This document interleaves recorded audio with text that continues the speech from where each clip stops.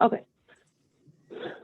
So we just wanted to gather everybody up today just to have a quick discussion, but also to provide a couple updates on some things that we've been just recently working on with the state and trying to figure out some adjustments and modifications that we can make to the AmeriCorps program, to accommodate clubs and their needs right now, but also to fill our grant requirements because, as many of you know, recruitment is just extremely low this year for us. So we just wanted to open up the floor, have some conversation, but like I said, also provide some updates. So before we begin, I am going to pull up a poll, and you should be able to find the poll option, or it should be on your screen currently. But if there's just quick 5 questions that you guys could answer real quick, I think that will help both Lana and I kind of guide the conversation.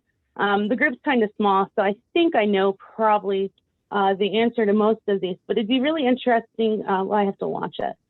Just to get your guys' opinion real quick. And if you can't access the poll, I've put the questions up on the screen. But I'm really just curious, you know, if you guys are struggling with recruitment this year, if you've had a harder time managing members this year, and just a couple checking questions. And the answers to these questions are helpful for us as we're developing, you know, different ideas and different ways of working with you this year for AmeriCorps. The good thing right now is Serve Indiana, our funder, has been really willing to be kind of bendable with us and come up with some ideas. They were open to all the suggestions that we had presented to them. So, you know, the more information you can provide us, the better that we can plan and implement some other ways of helping you out. Yeah, for sure. So we wanted to get a conversation going with you guys sooner rather than later. And then, of course, after we scheduled this conversation, Serve Indiana did reach out, and we have a conversation with them scheduled for Tuesdays. So this conversation will be really helpful in us guiding what our needs are when we are on the phone with the funders on Tuesday about the program. So it looks like 8 of the 10 of you have voted. So we'll give it just another minute.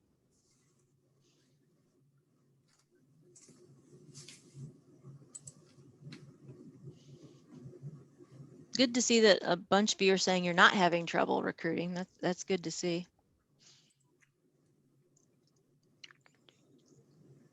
Yeah, Lana, I guess I could have asked you prior too, but I know by looking at the numbers, like member-wise, we seem low. But do you like statistically know like how off we are? We're probably about 15. Yeah, we're probably about 15 to 20% low than we normally would be this time of year. I mean, we usually, I mean, kind of like Bert was saying, it's more of all the smaller slots that we start bringing on after the first of the year that that's usually a huge number for us. So. All right, 9 out of 10 of you have voted. So I'm going to give it about 10 more seconds, and I'm going to go ahead and close it. And like I said, these are extremely helpful just to kind of understand your guys' position. All right, so. Oh, I guess I can share results. So I will leave those up. I think that maybe I didn't realize you guys could see them as well. So that's cool that you guys can see that you guys aren't in a boat alone. So the guidance for the conversation. So like Lana mentioned briefly, we did reach out to our funder about a week or 2 ago when we've really kind of learned to understand what some of our needs are. To get the program to where it needs to be. And we reached out to the state, and Lana just asked like an abundance of questions to the state, like, hey, you know, what kind of flexibility do we have?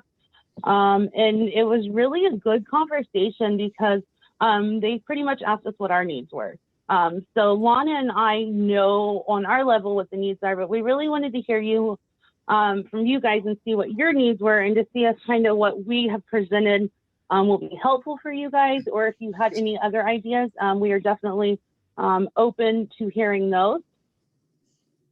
So as you can see on your screen, what was it, 2 years ago, we brought on the new cohort where everybody had to be either a 12, 9, 4, or 3-month member, which has been a struggle for all of us, just getting adjusted to that new rule that we were required to enforce. And we know now that, you know, as of today is really the last day that you can bring on a full or a 9-month member and then receive all of their living allowance because of those cohort stipulations. So we reached out, and Lana asked for a 6-month term, and that was actually approved through Serve Indiana. So now, you know, at this time of the year, we're usually left with just those 3 or 4 month options where members can serve for 3 or 4 months. We now have that 6-month option. So as you are recruiting and bringing on members, even for the summer, you now aren't guided by that 3 or 4 month time frame where, like I said, we can actually do a half year, 6 months. So I think that will be extremely helpful for members to be able to complete some of those 675 and 450 hour slots that a lot of you guys have left.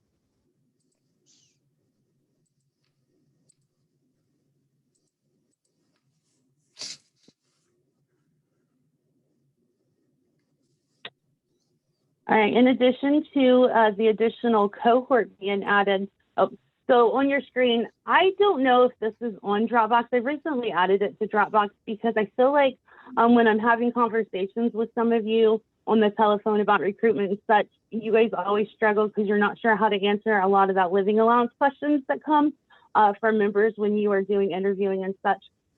So I've added this to Dropbox because it seems like it's liquid gold when I send it to you guys. You guys are always so appreciative. So if you did not have this in the past, I do apologize. But this is a good breakdown of what those members' living allowance deposits are biweekly, and it added that 6-month term for you to be able to see that as well. And so wait, one question, just please always remember with that living allowance that even though they're volunteers and it's a stipend, that is taxed. There are taxes that come out. We still get some members saying, well, why this isn't how much it said I was going to get. So just really make sure that they understand that, yes, it is a living allowance stipend, but taxes do come out and you do get a tax form, a W-2 to start for your taxes. Perfect. So in addition to the new cohort, our grant has always been based off of education and triple play activities, which has always been really wonderful for clubs and their needs. However, more so this year, I'm sure we're all sick of hearing it because I know I'm surely tired of saying it. Things are different and weird and odd, and our needs vary now, and they're not just those triple play and educational activities. And we realize more so kids in the youth that we are serving need more than that. Social emotional learning is huge right now, and virtual learning, and just navigating all those new changes. So we have put together 4 very loose position descriptions that are outside of our normal allowance for what members are able to do. You see on your screen, and I'm going to go ahead and turn it, but before I do, you can see that they can be modified based off of clubs' needs. This was just us trying to figure out what clubs may need and then giving you guys the opportunity to really play around with those new position descriptions and maybe combine and modify them all into one or take away some. They are all on Dropbox for ease. I uploaded them this morning. So what I would encourage each of you to do, if you are needing to think outside of the box and create new positions outside of our normal to help with retention and to help fulfill that need at the club right now, I encourage you to look at those different position descriptions and then decide on what your club would benefit from and what it would need, and then go ahead and send it to us. That way we can approve it and make sure that things look good. But like I said, we're encouraging you to kind of think outside of the box right now and figure out what you really need as a club. So I'm not going to go over them. They're on the screen. And like I said, they are on Dropbox, but I want you to be aware that, you know, that really starts to include social emotional learning, and how to navigate that virtual learning space. We know that a lot of schools are doing e-learning and a lot of clubs are becoming like virtual e-learning hubs. And we also are aware that some clubs are going back to the all virtual club experience. And with that comes a lot of technology issues and a lot of creativity and innovation. And so we encourage you to use an AmeriCorps member to develop and to explore that new unfamiliar ground and help you guys create what you need to serve the youth. In addition to volunteer engagement and recruitment, right? Many years ago, we did the capacity building, and some sites really benefited from that. So we encourage you to look into that for this year as well. And this list is not all inclusive. I mean, please note that if, you know, because I know one thing that I'm not seeing that I think we had talked about, and it might have been after my initial email, but, you know, marketing, social media, those are all kind of things that you might be needing right now, just due to the change, the shift from a normal club environment to maybe the e-learning, virtual combo stuff that you're dealing with every day. You know, you might need a school partnership liaison. There's all sorts of different positions that we can look at. So don't think this is it. This is a starting point.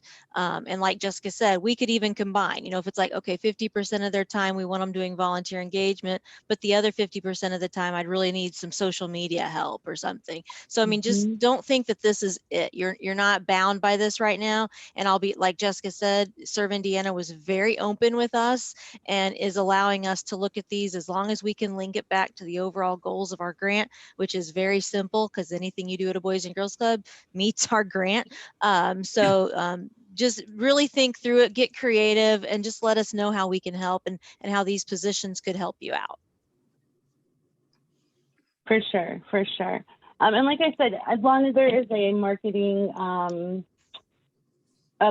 social engagement, it's part of, I think, the virtual academic advocate. Like I said, all of that can be found on Dropbox as well, or if you prefer, you can just email me and I'll give it to you.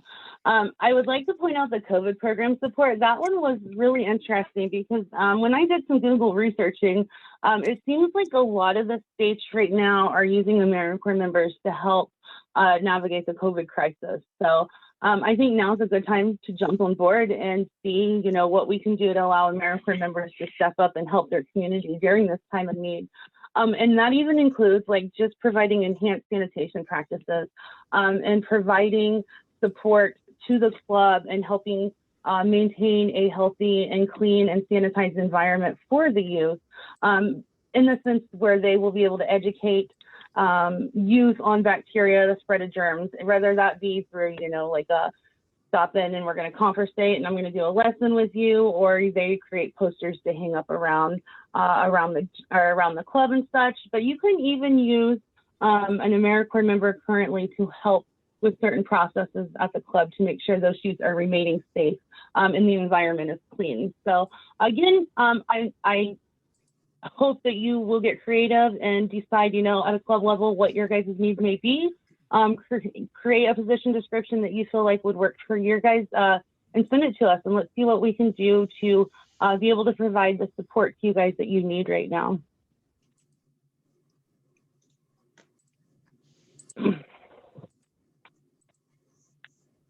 Additionally, the Alliance always has our 300 and 400 hour education award only slots, and every year we utilize some of those slots, but every year we underutilize a lot of them as well and don't use them. And it's always unfortunate to see that. So I wanted to just have a quick conversation about those slots and make sure that you guys are aware of how you could utilize those slots at the club level that are slightly different than, you know, an AmeriCorps member that is getting their living allowance from the program as well. So as a reminder, members can serve 300 or 450 hours as an education award only member. Again, they do not receive any living allowance. It is free for clubs to utilize. There is no charge to you guys. But a lot of times clubs will utilize them for, say, like a work study student that is from the local university that needs to complete some hours. And they are getting paid by the university. However, they are serving community service hours or hours for a class at your club. They could do the 300 or 450 hour slots that are education award only, where there's no pay, but once they complete those hours that they are required to do for other reasons, they will receive that education award, which is extremely helpful for those that are in college to help pay for housing or student loans, things like that. So I think a lot of times we forget that we can utilize those education award slots in unique ways that would really benefit some of our staff that are maybe, you know, already being paid for by the club, but they really want to run the new social emotional smart moves curriculum at the club or what have you. Maybe they're your administrative staff that work, you know, the 8 to 2 as a club, and then they usually go home. But, you know, now they're going to start a new bacteria program or whatever at your club, and you're not going to pay them, but you're going to give them that education award to enhance their experience at the club. So I think it's important for you guys to, again, get creative and remember that those slots are available. Any questions on the education award only slots?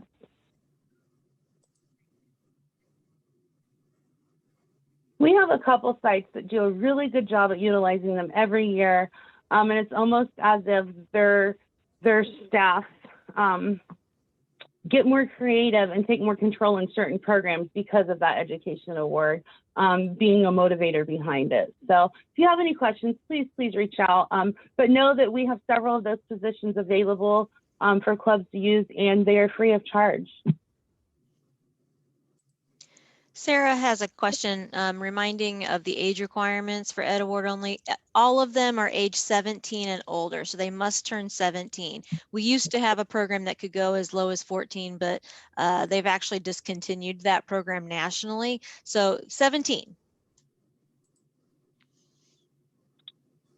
Yeah, and even the education award only, I remember the education award, if you were over the age of 65, can be transferred to a dependent of yours. So maybe it is an elderly individual in your community that is there and, you know, consistently, probably more than 300 hours or whatever. And maybe they're doing that way they can gift it to their son or daughter or what have you, who is attending college. So again, if you have any questions, just let us know.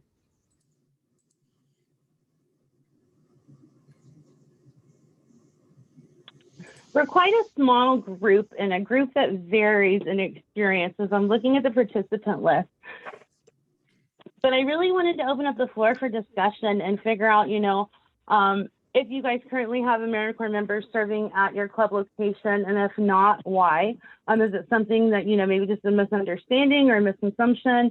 Maybe you just have some questions you want to ask, but I really wanted to allow you guys the opportunity to kind of ask whatever questions you may have, or help maybe guide a conversation on recruitment. If you're struggling with recruitment this year, why do you think that is?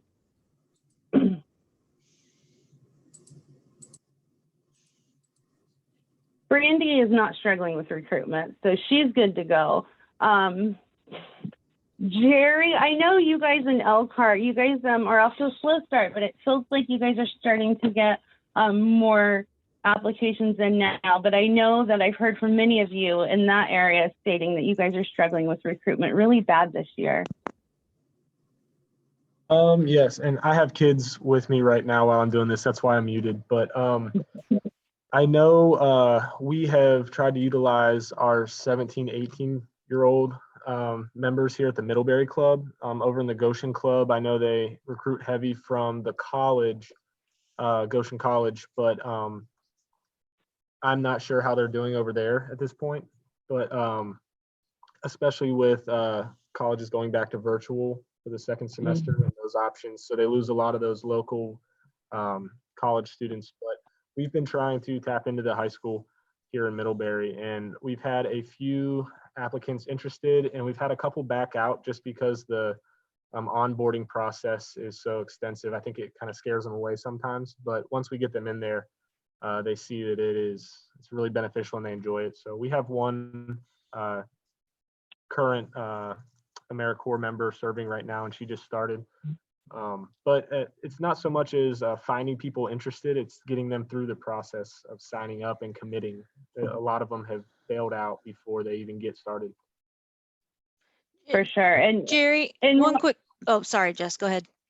No, Lon, I was going to say, I've had this conversation. A lot of it was that true print and filled screen. That was really scary this year for a lot of people. So the horrible onboarding that we have right now, where, you know, you have to go to one website to do the Indiana State background check, and then you have to go to another website to do the FBI scheduling for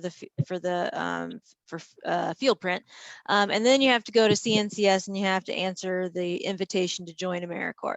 Apparently, that going through this horrible process was part of findings that happened from an audit from last year's AmeriCorps program. Not us. We didn't have the problem, but apparently there were a couple other programs that are funded by the Serve Indiana, and they had trouble making sure that they were following the rules.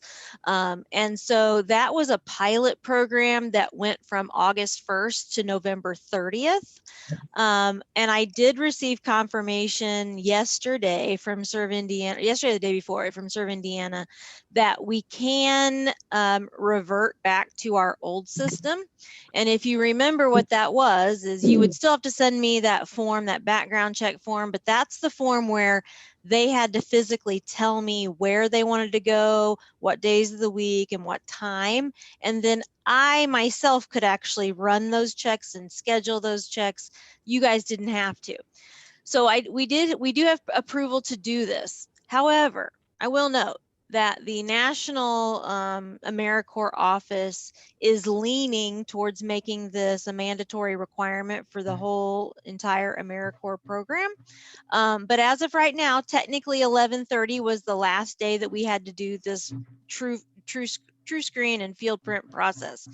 If that is what was preventing you from having individuals join, please let us know, because I can go ahead now and run them the old way. There's a part of me that's terrified to stop using the pilot area, because I could just see them coming back in another month saying, oh, now it's official and everybody has to use it starting, February 1st.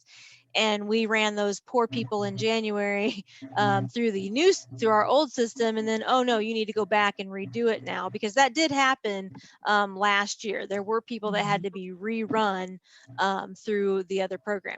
But if your problem with recruitment is that starting up programming, that stuff, let's go back to the old method, and we will go ahead and use Identigo again and the free NSOPW system that they have available. So we can do that and remove that barrier if that helps you. I think that would be helpful.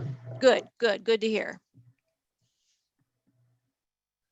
Yeah, and as we continue, if that, does become the new normal or what have you, we've been in conversation with clubs that have done it and just trying to figure out best practices. As with anything, I think it's been a learning curve for all of us.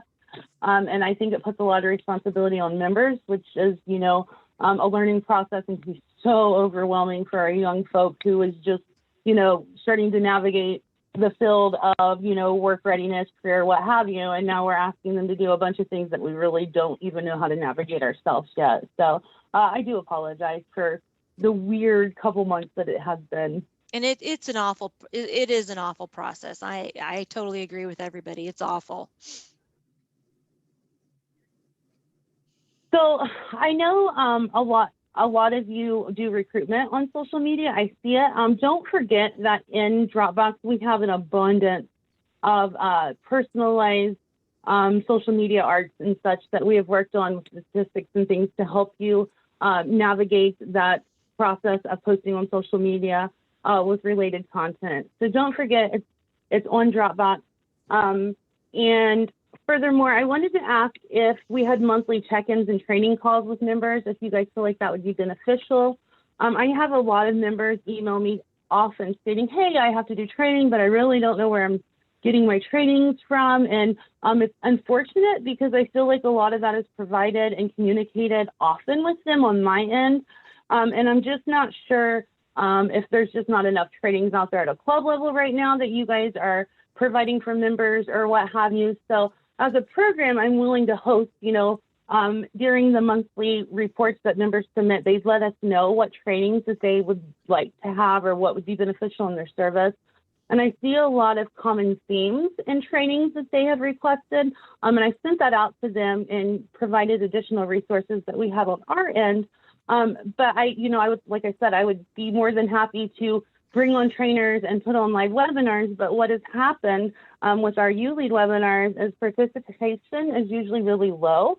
So I don't want to bring on and do a lot of creativity and planning for trainings and such if participation is always just going to be a couple of our members at a time. So if there's ever a training or anything that you guys feel like would be helpful or beneficial, please reach out and let me know, because I don't mind doing it at all. I just want to make sure that what we're doing and offering members is what they need and what clubs feel like our members are needing. So,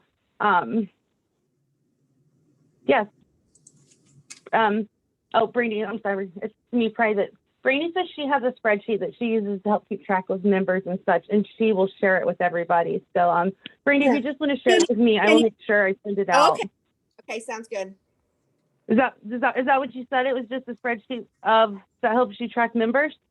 Yeah, it tracks the hours they have, the hours they need, their total hours, how many hours they have left, their expectation or their completion date, and then their average target hours. And so every time I approve their hours, I go back into the account, I modify it, and then I hang it up so they're not surprised on how many hours they have, and they know exactly. And I know they can access it, but it makes it a lot more visual for them.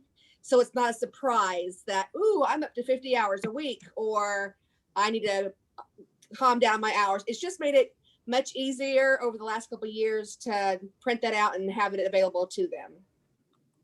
For sure. No, I appreciate that. And I think the knowledge comes best from you guys that are, they're with the members every day. So again, virtual world's weird right now, but if you guys would benefit from, just logging in once or twice, every couple months or so, just so you guys can have a platform to talk with each other and to brainstorm with supervisors or what have you. Like, again, that's something we are more than welcome are more than happy to put together for you guys. Just make sure you let us know your needs right now. It's weird not seeing you guys all the time to know and understand what you need. So just make sure you're vocal and let us know, because we always let you know what we need. Yep.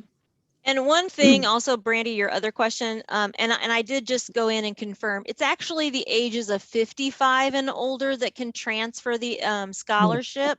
So if they're 55 and older, they can transfer the Ed Award, and that can either go to a child, a stepchild, a foster child, a grandchild. So when you're 55 and older, you can transfer it to any of those types of individuals. So that's something to think about. And like I said, again, it's 55, not 65. And unfortunately, unless you are 55, you can't, 55-year-old, you cannot. So like I'm getting close, but I wouldn't be able to transfer mine to my child. But if I got 5 years older, then I can transfer it to my child. So just kind of think of that. And using the senior citizen program is awesome. I know, we've had a few that have been, and it sounds like a bad way to do it, but I've heard of some clubs where it's almost like a Walmart greeter, and you have a club greeter, and you can do some things with that for that age as well. So I just wanted to make sure we clarified that it is 55, and it's pretty much any kind of child relationship that they have with that 55-year-old. Perfect. So additionally, we have done some extensive work on our website. So now I invite you guys all to send your members to the website that you see on your screen, indianabgc.org /AmeriCorps, or you can just go to our website and find the AmeriCorps page. But it's been extremely helpful, especially in recruitment, when I've talked to a couple of you, because you are recruiting for AmeriCorps members, and sometimes we're still struggling on how to put into words exactly what AmeriCorps is, right? We know how to explain it at our club level. But it's easy for us to forget that there's just so much more to AmeriCorps than what we do at the local club level. So we put together a page on our website that has some information, just outlines member benefits, how to apply, things like that. But there's also some hot buttons, and I find it extremely helpful. If you go to the button that says for those currently serving, what used to be on Dropbox, how we used to host everything on Dropbox, and you'd have to remember that god-awful link. Now you can just go to our website, and if you click on those currently serving, it will bring them to a part of the website where everything that was housed on Dropbox is now in a really easy, friendly format from the website. Additionally, I don't know if I put it on here. I should have just shared the screen. But additionally, there are links on the website when you click on that to get to your monthly report, to get to your timesheets, to get to all of those things where members are always like, hey, what's that link? I don't remember. Now it's as simple as saying, go to indianabgc.com/AmeriCorps, and all of that will be on there. And like I said, just right below here, when they click on those currently serving, they'll have access to the entire AmeriCorps manual, monthly report, timesheet, encore. It's brilliant. If you click on the host site supervisor, currently it's still taking you to Dropbox. Hopefully by the end of this weekend, it will be live to where it's all housed off of Dropbox as well, and site supervisors can access everything through that button. Additionally, AmeriCorps alumni, they can get to serve service year from there, and then the opportunities to serve will link them to the AmeriCorps CNCS page, which is pretty exciting because then they can really start to explore all the benefits of AmeriCorps and really see that AmeriCorps is so much more than just what we're presenting. I've embedded a video that explains AmeriCorps to the T on our website. So if you're struggling with, putting it into words, always open an interview or what have you with that video, because it explains exactly what AmeriCorps is, the mission, the history, what they will do. So utilize the website, and always remember that monthly reports and timesheets can now be accessed through the website, which is so exciting for me. Veronica is asking if there's a limit as to how long a member can serve. You can serve 4 terms of AmeriCorps, or the equivalent of 2 full-time terms, which is the full-time term is a 1,700 hours position. So for up to 4 years, as long as they aren't earning more than the equivalent of 2 full-time education awards. Sure. So AmeriCorps recently put out a new PSA, AmeriCorps Be the Greater Good. I'm not going to show it to you guys right now just because I know I said that we'd be done by 11:45. But again, don't forget that there are those resources available for you to help advertise AmeriCorps on social media, whether it be through our Dropbox and things that are personalized for the Alliance and Boys and Girls Clubs, or through AmeriCorps, and they have their PSA videos and such. So don't forget that those are there for you. Also, as an updated, I always like to see in Indiana, when this was updated, I think in February of this year. Again, it's just another reminder that there's, so much more to AmeriCorps than what we are doing in a Boys and Girls Club. But it's always so exciting to see that, 58.5 million AmeriCorps scholarships earned since 1994 in Indiana. So, if you think about the impact of that, that's huge. So another infographic just to share and kind of help motivate others, or to help recruit. Lana, I think I'm going to turn it over to you now to do all the fun talking about money. Okay, we'll see if I know what to do. So financial impact on clubs, in the past, what we've had is our grant's been written to where 58% of the cost of the grant is being covered by the national funding that we get, the AmeriCorps funding. And then we were required to have match, and our match, because we've been doing the program so long, was up to 50% match. So what we used as match, one is the space cost that you guys contribute for your members to be within your buildings, and then the second was site supervisors and their time that they spend in supervision. So what we've been able to do is we've had it 58-42% for we've had it for several years, because we use other things to make up the difference between 42 and 50. But this year we were fortunate. I'm not sure if many of you know, but there was Lilly Endowment offered a Youth Resilience Program Fund grant, and it was available to any youth serving agency in Indiana. And we were able to apply. Your clubs were able to apply as well. Pretty much anyone that applied got funding, as long as it was within reason and it was, documenting its ability to impact Indiana youth. And so with ours, what we wrote for is we actually wrote to try to offset the costs of AmeriCorps so that clubs would not have to pay the full 50% of the living allowance that we have it set up as.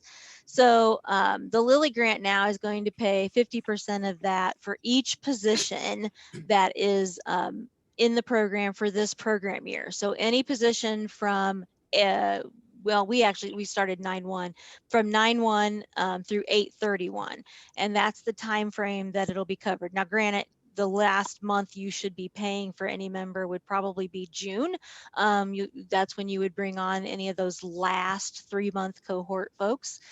So we have that. And then do I know how to go to I don't know how to go to the next screen. Okay, so thank you. So here is the slot and the difference of what happens. So what you'll see is all the slots are listed, and then that second column is the living allowance amount. That's the amount that is not paid by AmeriCorps. AmeriCorps pays the other half of it. And so then if you look, what I did is I broke it down in two. So 50% is being paid by Lilly Endowment, and then 50% is paid by the club.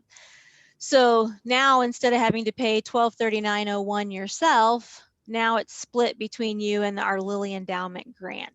And if you've already paid your deposits, I've already made the adjustments within my tracking system to note that you're going to get that credit of the amount that was with Lilly. So you'll see on here, if you've already paid your slots, you're going to get an update. I was hoping to have that out by tomorrow. I think I've already contacted anyone that's already paid like 100% of it, because there's a few of you that just pay outright in the beginning for it. There's a couple of you that are 21st century, so it doesn't really impact you that much, because Lilly Endowment will just cover the difference from the 21st century funding that you're using for slots. At this time, if you want to purchase additional or new slots, we do have plenty available right now. I'm hoping that with this great news of being able to, use them differently and lower your financial burden onto it, that maybe this will be another way that we can recruit some additional slots right now. But if you want more, please know that, yep, we can do that. And August 31 is the last date for this program year. And again, anything financial, come to me, because I've been working on that pretty extensively. With how to do it the right way and how to make sure that we're tracking it. But hopefully that would help your clubs, that you don't have to pay for that full amount, especially since I know COVID has lowered many people's ability to pull down funds in some of our other grants that we've got operating right now. So hopefully that's good news, and hopefully you've gotten several good things out of this that would help. Anybody have any questions on the financial piece of it, or anything that I can help clarify? You might go back to that other slide. Yeah, or really anything in general, because that was the last slide that we had prepared. Yeah. And I put the next steps in the chat again, just to, make sure you guys are looking over position descriptions, decide what your club needs, reach out, let us know, and then know that there are ample slots left if your club would like to use them additionally. Does anybody have any questions?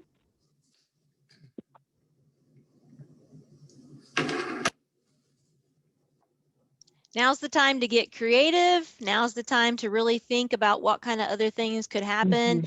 And again, kind of how we mentioned volunteer recruitment, marketing, social media, some of that admin kind of stuff, even though we're not supposed to call it admin. I mean, technically what you're doing, if you're doing social media, it's still reaching out to your kids. It's still reaching out to your partners. It's reaching out to parents. It's reaching out to everybody. So, I mean, kind of just, think a little outside the box. Don't forget that 6 month, because that was one that we heard that many of you wanted. When we originally switched to this 12-9-4-3 month cohort thing. And so now being able to add the 6 month, hopefully that helps, and that doesn't kind of put you off of being able to get some folks hired in and get them started soon. So just get creative, think through it, contact us for more details and questions, and we can work with you to fine tune a position description that works for you. Yep, and like I said, let us know if you need anything, or if you find yourself, wanting to be able to talk to somebody else that is a supervisor at a, club like your size. Just reach out and let us know how we can help during these times. And I will send out the PowerPoint as soon as Brandy sends me her spreadsheet that she wants everybody to have. Look at her, go and do it right now. So I will send that up in a follow-up email to this conversation as soon as we are done today. And that way it will remind and motivate you guys to get creative and to be in touch.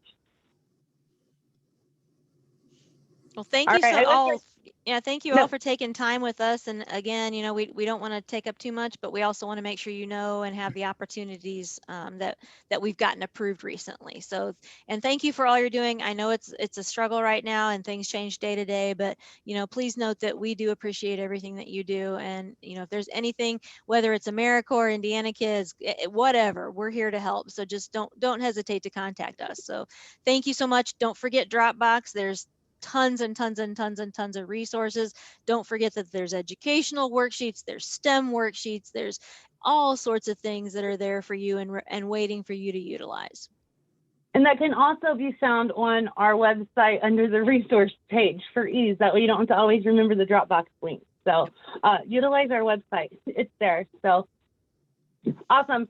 You guys Thank enjoy you. the rest of your Thursday. Bye. Thank you.